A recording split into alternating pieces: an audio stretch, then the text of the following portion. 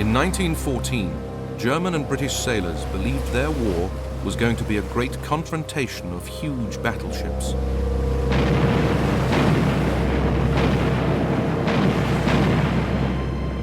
But only once was there a full clash of fleets.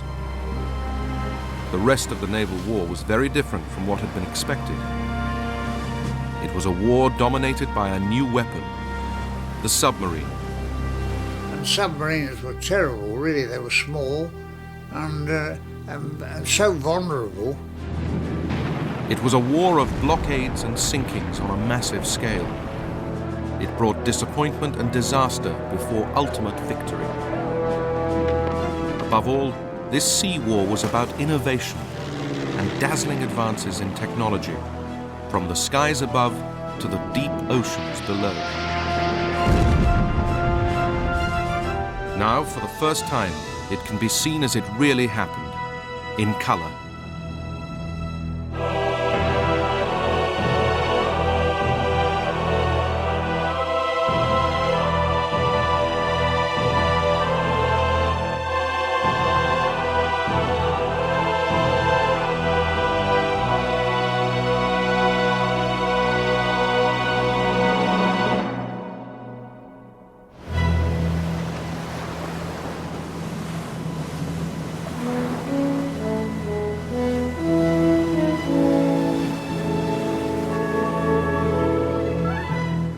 Ever since the Battle of Trafalgar, the British Navy had dominated the seas.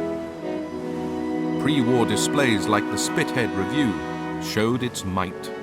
I remember going to a review at Spithead where the Spithead was full of ships of all sizes, and it was a delight to be there because as children we were all very excited about it.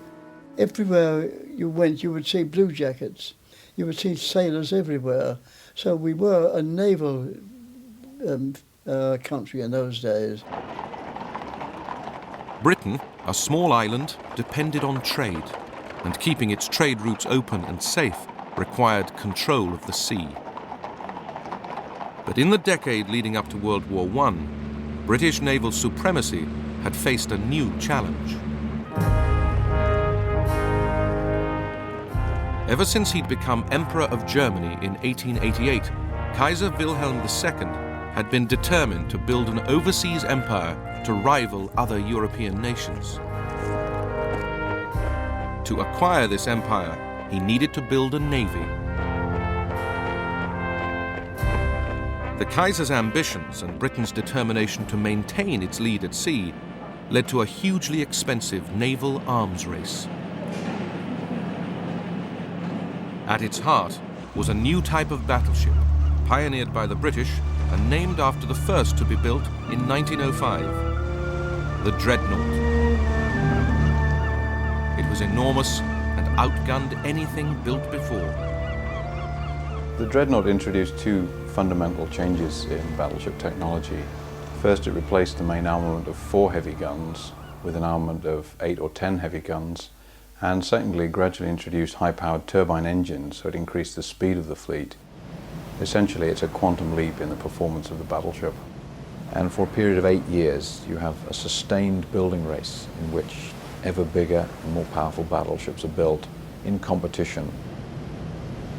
Admiral Lord Fisher, inventor of the Dreadnought, claimed it made every other class of battleship irrelevant. The only issue is the number of dreadnoughts. No matter who tries to fight the Dreadnought gobbles them all up. It's the armadillo and the ants. The armadillo puts out its tongue and licks up the ants. By the time war was declared in August 1914, Germany had built 13 dreadnoughts to Britain's 21. Ordinary sailors on both sides now looked forward to putting their massive new weapons to the test. There's great enthusiasm, and recruits are flocking in daily. If only the German fleet would come out, we would wipe them out in a few minutes. Fred Bundy was a 15-year-old cadet when war broke out. I just knew that the Kaiser was somebody I didn't know what to know. And if I had a chance, I'd shoot him if I had a chance, you know. As soon as he could, Fred Bundy joined up full-time. I thought it was wonderful. In a trench, for instance, they'll just have to run up top and get bullets in me, anything like that, or join in the Navy. And, well, ships had always been my ideal. German sailors were just as excited. In 1914, seaman Richard Stumpf was waiting with the German High Seas Fleet. Our joy and excitement were boundless and lasted late into the night. The thing we had yearned for and feared had come true. We had built our navy so we could fight the false and treacherous English. But the sheer expense and prestige of the dreadnoughts began to have a curious result. No one could afford to lose one. Admiral John Jellicoe, commander of the Grand Fleet based at Scapa Flow, was reluctant even to let his dreadnoughts out of port. Provided there is a chance of destroying some of the enemy's heavy ships, it is right and proper to run risks of our own. But unless the chances are reasonably great, I do not think that such risks should be run. His main fear was that if he took his very expensive battle fleet to sea and he lost a battle, he effectively might, as he put it, lose the war in an afternoon. So you would get two fleets in their fleet anchorages or at their headquarters and bases, which were mutually opposing each other and, in a sense, stalemated each other by not even going to sea. The caution was so great that it would be a full 2 years into the war before the fleets of both sides engaged in a proper battle. As the dreadnoughts stayed safely in their harbours, the rest of Britain's navy set out to starve Germany by blockading it and stopping its trade with the outside world. The British, with their vastly bigger surface fleet of cruisers and destroyers, quickly gained control of the North Sea. They were able to intercept almost all merchant shipping from neutral nations headed for German ports. The neutral ship would go into a British port and their cargo would simply be bought by the British for their own use. So the neutrals weren't particularly disappointed. Their voyage was cut short, they got home sooner, and they were paid in full. So essentially nobody was upset apart from the Germans. German sailors could only watch as naval superiority enabled Britain to stock up for war, while their own nation was made to suffer. When one saw the amount of shipping converging on Britain, when one saw how busily the enemy was engaged in importing from all quarters of the globe the materials that reinforced his strength in his fight against us, one saw the writing on the wall.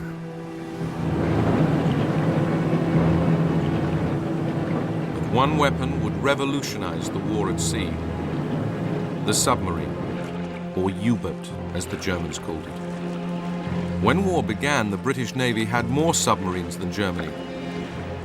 Life on board was in stark contrast to the big battleships.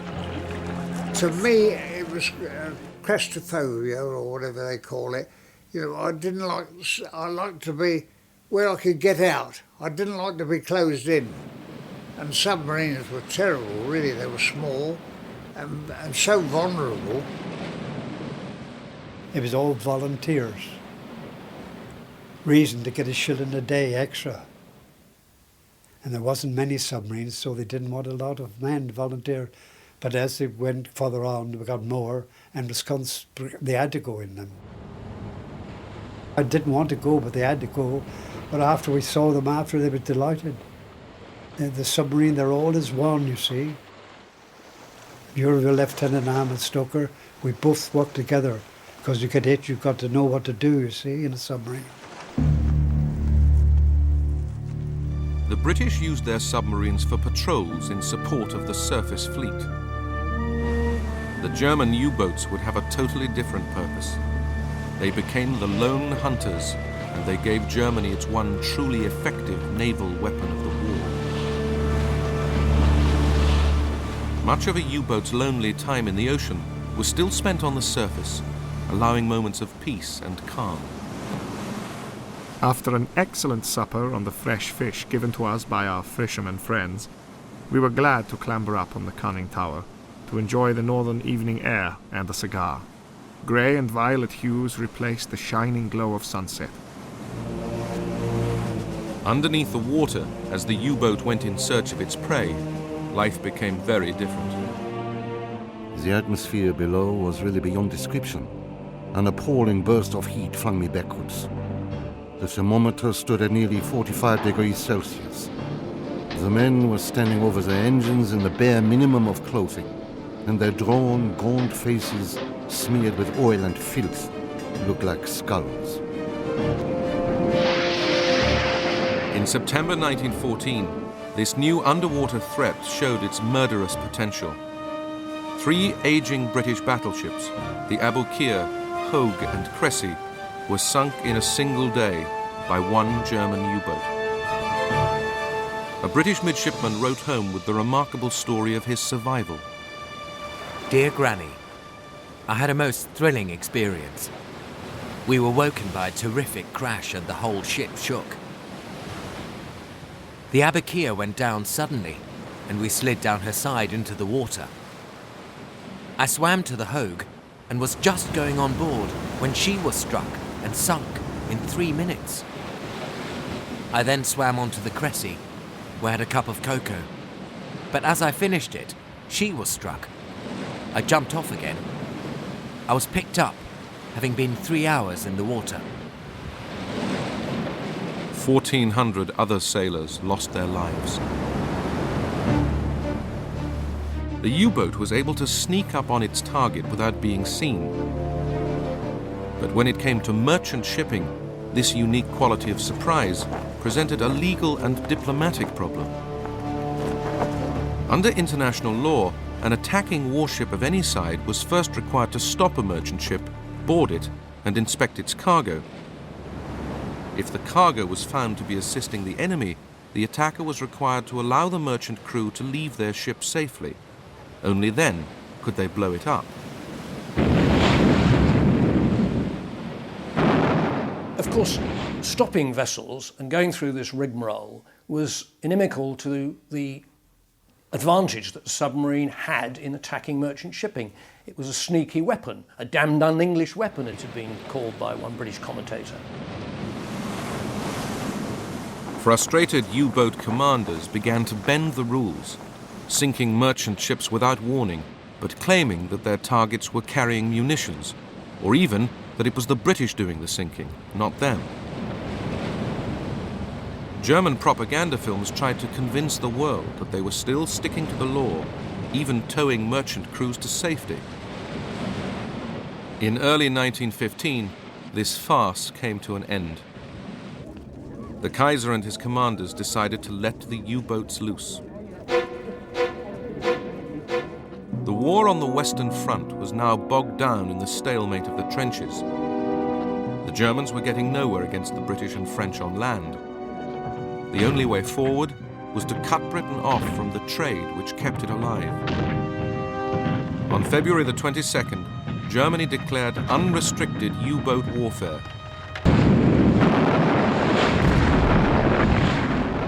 U-boats would fire on merchant shipping headed for Allied ports without warning. Unrestricted submarine warfare is a case of what else can we do? Let's try this. Maybe this will work. There's a sense of desperation.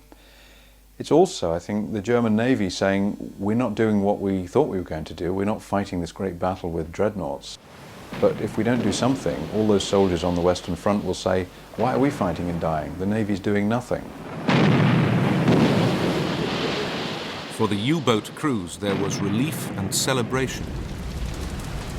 At last it arrived. Unrestricted U-boat warfare began. We'd lost a burden we had carried since the day the war broke out.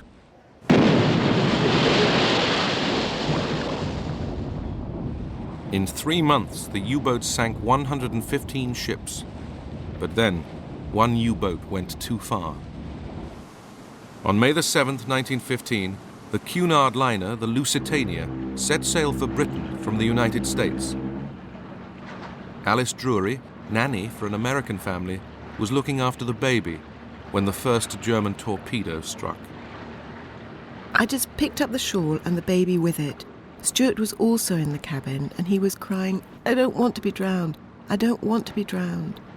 And I crossed over to him and said, "Hang on to me whatever happens." And he did. The other nurse called down to me, "What shall I do?" I said, "You look after the baby." I never saw her or Bunny ever again. Over 1,200 people drowned in the Lusitania. It gives the British a real advantage, which they exploit very effectively. British propaganda in this war is going to be one of the major weapons, and the principal target is the opinion of the United States. The Lusitania is a godsend to the British. It's quite the most stupid thing the Germans could have done. The torpedoing and sinking of the Lusitania evinces a disregard of opinions of the world in general and of this country in particular, only compatible with the assumption that bloodlust has toppled reason from its throne. Much of the outrage fell on the Kaiser himself. That was wicked. Oh, it should never have happened because if he'd have been a good man, he'd have said, well, it's full of all civilians. What do I want with sinking that? Let the thing go where it wants to go. That would have been my sentiment, but it wasn't his. It was just to form something that would shock the English people, you know. We're not playing at games, this is real now. The outcry over the Lusitania persuaded Germany to return to complying with international law. But the frustration soon built up again. In November 1915, the German commander-in-chief noted, "A U-boat cannot spare the crews of steamers. The shipping world can be warned that the lives of the steamer's crews will be endangered. This will be one good reason why all shipping trade with England should cease within a short space of time. The gravity of the situation demands that we should free ourselves of scruples."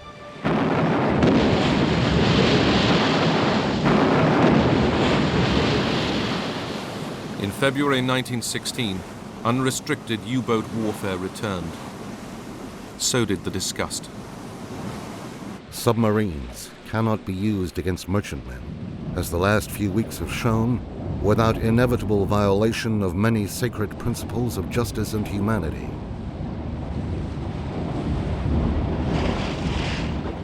Our commerce was subject to attack by an unseen enemy, to be sunk by a torpedo before any signal for help could be sent or any escape could be attempted. Liners, tramps, fishing craft, men, women, children were all at the mercy of an unseen enemy. In spring 1916, fearing that America would be provoked into entering the war, Germany called off its second unrestricted U-boat campaign. During it, the U-boats had sunk 212 ships. While the British blockade and Germany's U-boats dominated the war in the Atlantic and the North Sea, the British Navy had also been engaged in a very different and disastrous campaign, 1,500 miles to the east. When war broke out, the man in charge of Britain's Navy was the First Lord of the Admiralty, Winston Churchill. With the trench warfare on the Western Front getting nowhere, Churchill believed the Navy provided another way to win the war. His plan was to attack Germany's ally, Turkey. Winston Churchill decides that an attack on Turkey through the Dardanelles Straits will knock Turkey out of the war, allow Britain to supply Russia with weapons, and will help to defeat Germany by knocking away her supports. So the object is a grand strategic maneuver to win the war by attacking somewhere else. In February 1915, British and French ships began to bombard the Turkish forts which guarded the Dardanelles.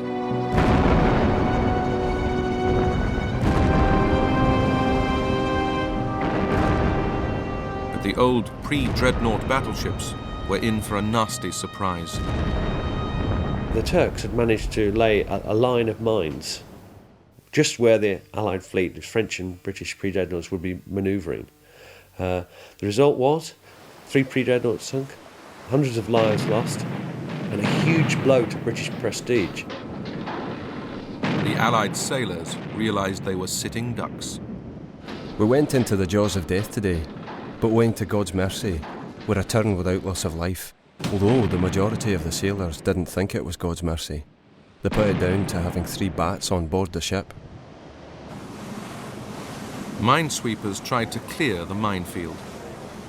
They had limited success, but eventually the forts were silenced.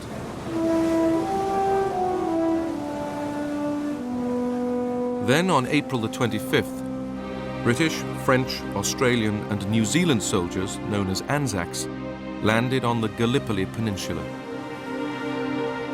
I felt a distinct feeling of fear and uncertainty as I realized that very many of the soldiers on board these ships were for certain death.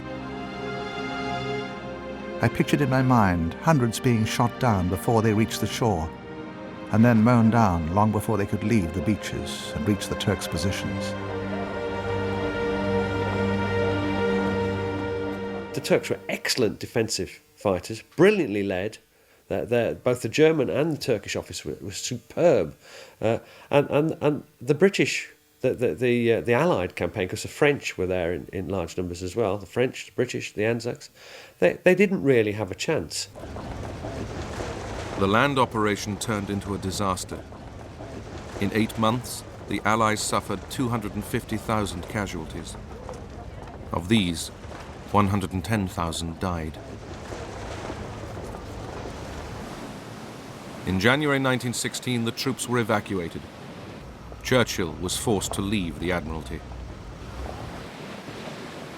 After the failure of the Gallipoli offensive, Britain and her allies will never again try a major overseas offensive in this war. It's the last big amphibious operation. It means that the fighting will be confined to the European mainland, and all the initiatives will now be fought out on land. Unlike the Army, it seemed the Navy's war would be a quiet one. Watchfulness, blockade, and the peculiarities of life on board. You couldn't carry enough water to everybody have a bath, so we didn't have a bath. We used to have a bowl, the water, and then throw it over yourself like a bird. But the officers had one, and the engine commander would paint a black mark so far so the young officer didn't go too much in the bathroom. There was the monotonous daily cycle of being on watch, resting, back on watch again, and the one traditional consolation. You had a bugler who would sound up spirits, and then you'd go along and get your tot of rum then, because we always had rum right through the First World War, you know, and then you had your dinner, and that all had to be washed up. But it was a dirty, sticky arrangement in those days, and can I say that every ship in the First World War, yeah, even on the battleships, you still got cockroaches and all that kind of thing. So that you lived with the cockroaches. You didn't, well, as far as I was concerned, I used to think, well, their life was more pure than what our life was. In 1916, the daily routine was rudely, if briefly, interrupted. Having called off the second unrestricted U-boat campaign, Germany needed a new naval tactic and appointed a new aggressive fleet commander, Admiral Reinhard von Scheer. The war on the Western Front was entering its bloodiest phase yet. Since February, German and French soldiers had been fighting over the border town of Verdun, each side suffering 350,000 casualties. German naval commanders knew they couldn't just sit back and watch their soldiers being slaughtered. They had to do something. Admiral von Scheer came up with an ambush plan to destroy part of the British Grand Fleet. It is possible, using mainly film of naval exercises, to reconstruct how events unfolded.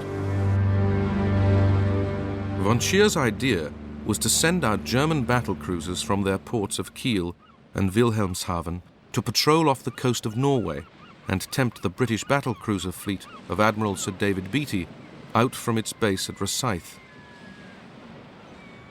Von Scheer would then send in German dreadnoughts to destroy them before the main body of the British fleet under Sir John Jellicoe could arrive from Scapa Flow.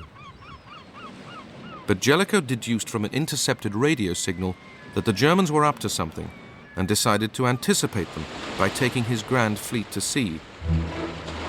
At Scapa Flow, sailors geared up for the battle they'd been awaiting for 2 years. The C&C hoisted a momentous signal, raised steam and report when ready to proceed. Everybody seemed to have a premonition that the day had really arrived. There was an almost electric atmosphere of expectation and suppressed excitement as officers and men went about the work of preparing for sea. On the same night, Beatty's fleet set sail from Rosyth. Imagine, darling, if you can, a fine though starless night and 12 great ships steaming out of the Forth. No lights visible, and not a sound to be heard but the swish of the waves. Watching German U-boats did not realize that the whole British fleet was now at sea. Von Scheer went ahead with his plan. On May the 31st, 1916, the main German fleet set sail. The sun rose magnificently, covered the sea with its golden rays, and soon showed us the picture of the whole high seas fleet proceeding to meet the enemy, always a wonderful sight. The two fleets were heading towards one another across the North Sea. At midday, one of Beatty's commanders spotted the Germans. Urgent. 2 cruisers, probably hostile, bearing south-southeast. The Germans then spotted the British. Suddenly I saw some big ships, black monsters, 6 broad-beamed giants steaming in 2 columns. The two fleets closed at a combined speed of 50 miles an hour. The place was filled with dust and smoke, and as hot as an oven. At last we were hammering the Hun after 2 years of weary waiting and watching. The Battle of Jutland was underway.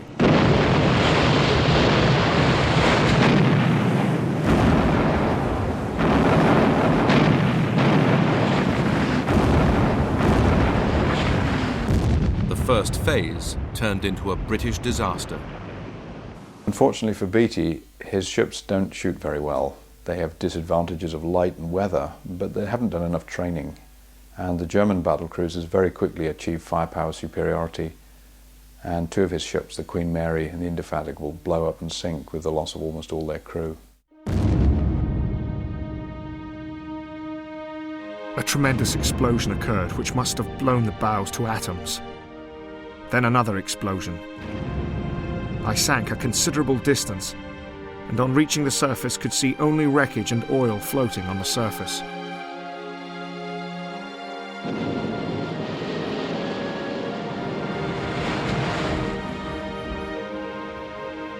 I was standing beside Sir David Beatty, and we turned round to see the unpleasant spectacle. He turned to me and said, "There seems to be something wrong with our bloody ships today." The problem was not the ships, but the way in which Beatty and his squadron were using them. Speed was everything. So every safety precaution that was introduced, doors that closed that had to be opened and passages that were closed off, were broken. So that a hit on the gun turret would lead to an explosion and flash travelling down into the magazine, where 120 tons of high explosive were waiting to go off. The consequences were simply devastating, and they just blew up. And that's exactly what happened to the Indefatigable and the Queen Mary. His ships badly hit, Beatty headed north to try to find Jellicoe's grand fleet. Von Scheer went after him. Within hours, the Germans found themselves facing the entire British Grand Fleet. That, I suggest to you, was a tremendous moment in anybody's life. I remember thinking to myself, well, we've lost a lot and we're going to lose more. But we don't mind losing this and that as long as the 2 fleets meet. The main Battle of Jutland began. This time, the British Navy proved its superiority.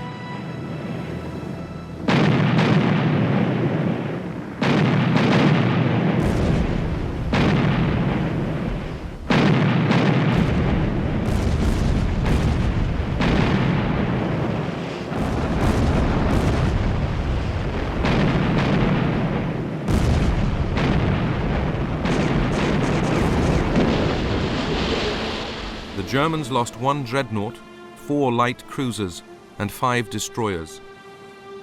But the British also lost another battle cruiser, the Invincible.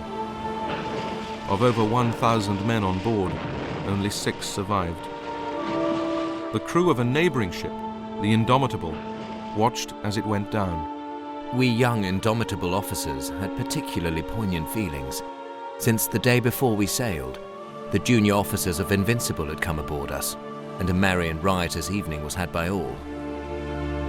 Now every one of those was asleep in the deep.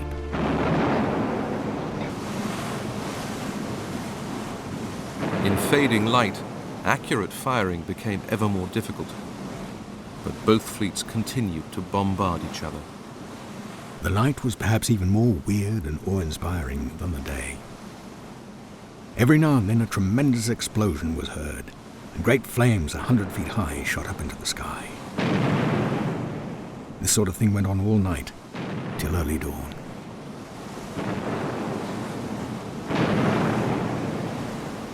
In the darkness, the German fleet ran for home and escaped unseen. By the morning of the 1st of June, the Germans were nearing the safety of Kiel and Wilhelmshaven. We went back to the harbour to receive hot coffee and food. Like many of my comrades, I did not want them. We lay down on the floor in a corner of the ship. We did not care where we were and went to sleep.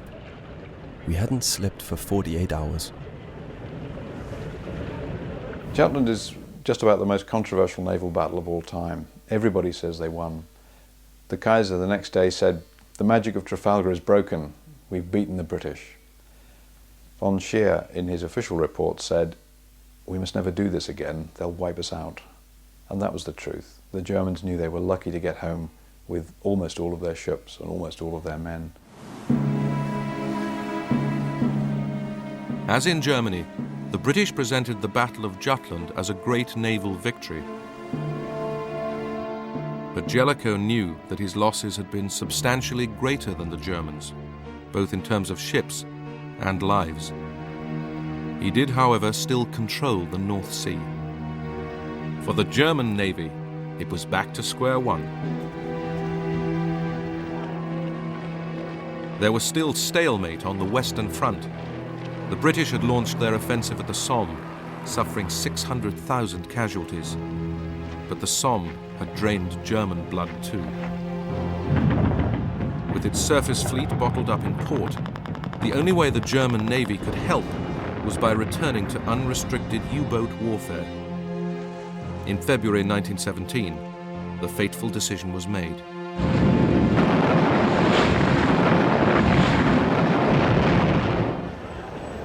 In the United States, the impact was dramatic.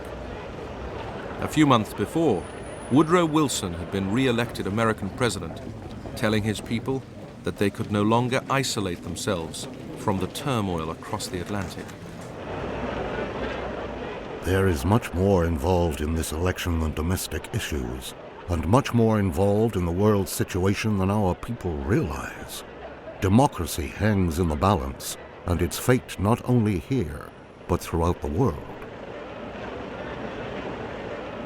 After the German declaration of unrestricted U-boat warfare, Wilson, emboldened by his electoral mandate, gave Germany a final warning.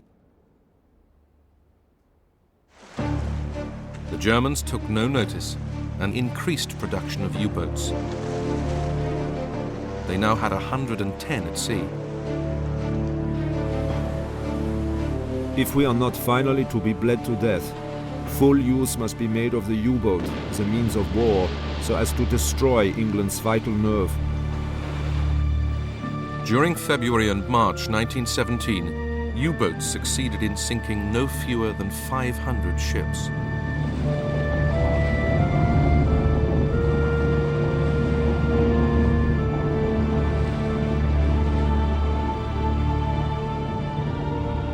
The number of neutral merchant ships arriving in British and Allied ports fell by 3/4.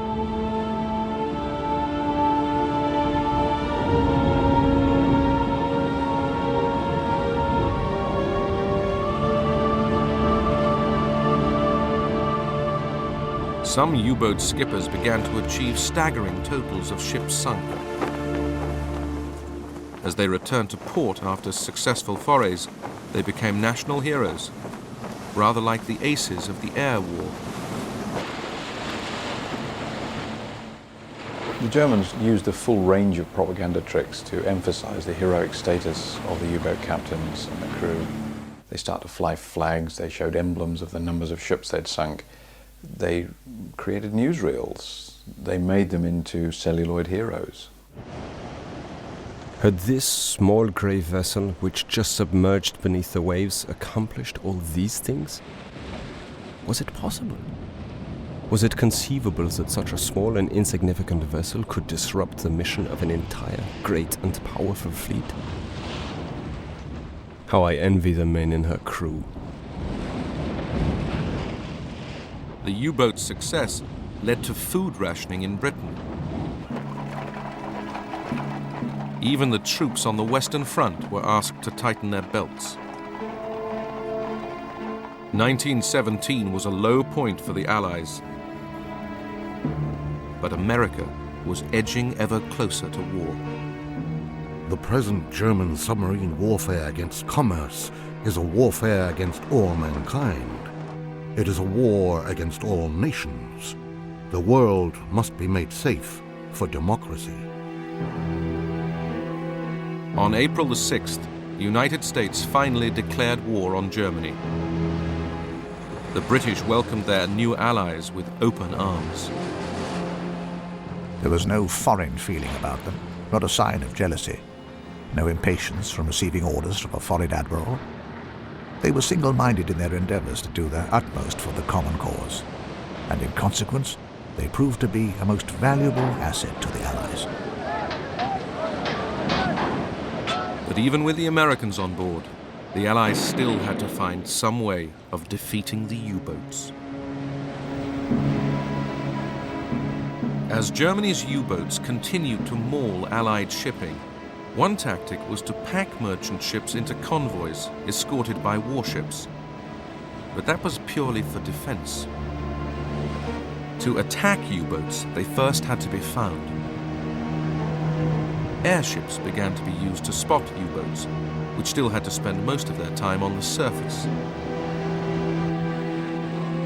The airships had a 1,500-mile range and could fly for nearly 50 hours at a time.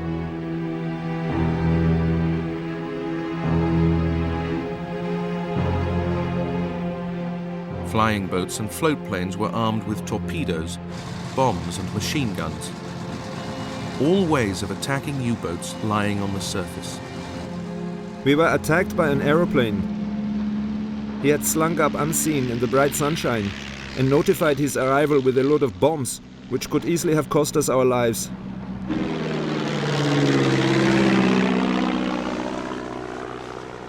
To find U-boats beneath the sea, the Allies used a new device, the hydrophone. It was a microphone placed underwater to detect the sound of a U-boat's electric motors. It was then possible to work out at what depth the submarine was lying. That brought into play another new weapon, the depth charge. Mines launched from ships and set to explode at a particular depth. A depth charge burst with a frightful explosion. Our hopes grew fainter as the risk of being crushed or blown up increased. We worked on and on, if only to distract our minds from the imminent doom at the bottom of the sea.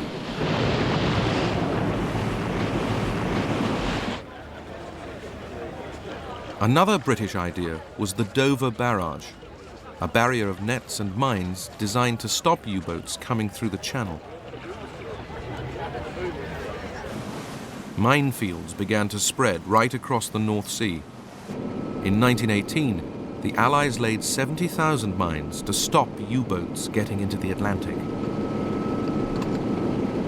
It is a very unpleasant feeling when the boat grazes against the mooring cable of a mine, and death bumps and crashes against the hull.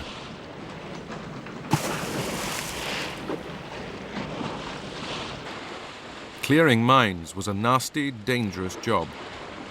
Occasionally, U-boats managed to lay mines near British ports.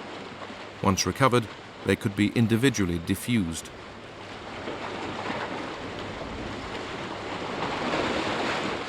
Out at sea, the minesweeper, initially converted fishing trawlers, came into service. Ask any man who served at sea between 1914 and 1918 which was the most perilous, monotonous, and bitterly uncomfortable work of the war afloat. The reply, 9 times out of 10, will be the work of the minesweepers. Cables were used to cut mines from their mooring. They were then destroyed with rifle fire.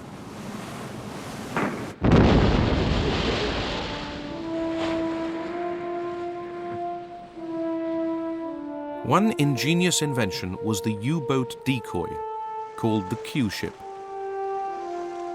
There was not a sign of life aboard. We rose to the surface. Suddenly the ship came to life. Hidden portholes sprang open. The stern gun was manned.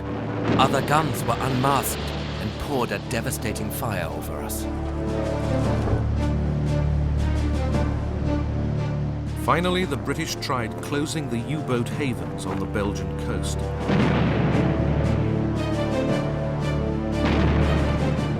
Strange-looking craft, little more than platforms for large 15-inch guns, were sent to bombard German batteries protecting the U-boat harbors.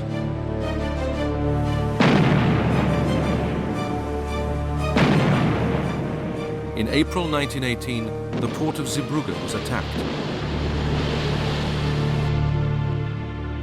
3 old ships were deliberately sunk across the entrance to the harbour to try to block U-boats getting in or out.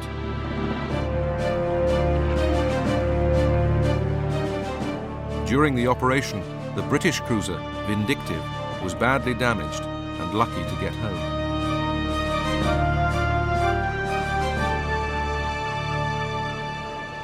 By early 1918, this combined technology had the U-boat threat under control. American troops could now be transported safely across the Atlantic to Europe. The sheer weight of numbers was bound to tell. But the British had also won the naval war of blockade, partly by their acceptance of rationing. Meat, butter, and margarine became luxuries, potatoes the staple diet.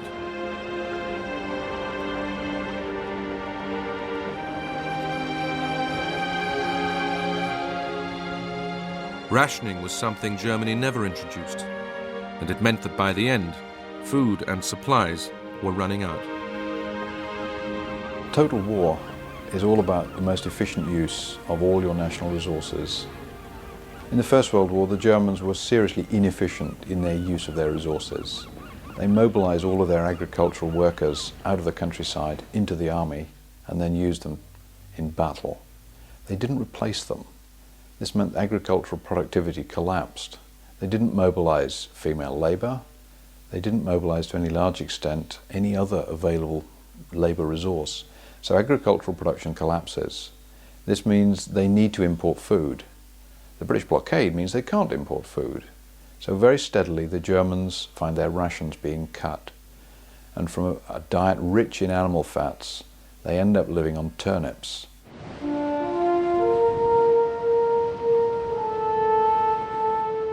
The naval war had begun with the dreadnought race, and by its end, the array of American and British battleships seemed to symbolize Allied victory at sea.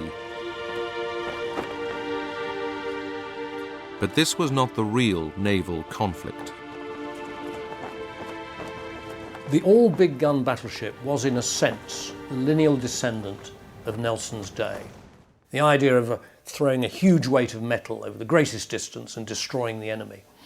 And during the First World War, that notion of big fleets, big national fleets, meeting and clashing and deciding the outcome of a war was really shown to be completely false. War had changed. All that glamour had gone. It was now about logistics, survival, protection of trade, and defeating the enemy that way. There was a final irony for the dreadnoughts. On the 10th of June 1918, the Austrians put their star dreadnought, the St. Istvan, out to sea in the Adriatic. It was immediately hit by 2 Italian motor torpedo boats. It took just 3.5 hours to sink. Astonishingly, only 89 men died. But the demise of the battleship was there for all to see.